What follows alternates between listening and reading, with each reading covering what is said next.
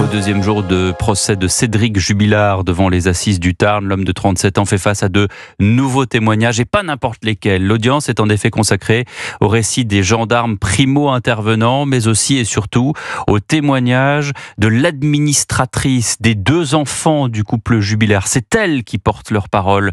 Bonsoir Charles Huillier. Bonsoir Pierre. Vous assistez à ce procès à Albi et cette administratrice a été chahutée par la défense.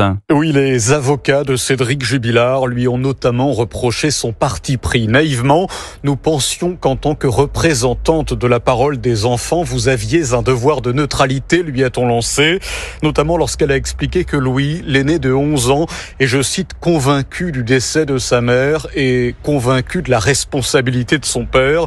Une colère telle que Louis, qui rentre cette année au collège, a voulu changer de nom de famille. Une position qui forcément touche Cédric Jubilard.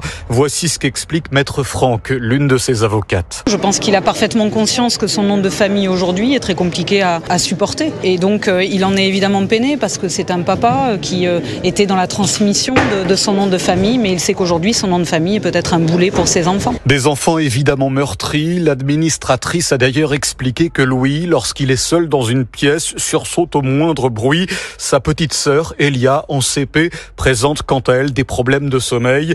Il lui arrive parfois de jouer avec une baguette magique en disant abracadabra pour faire revenir sa maman. Merci Charles Huillier aux assises du Tarn pour Europe 1.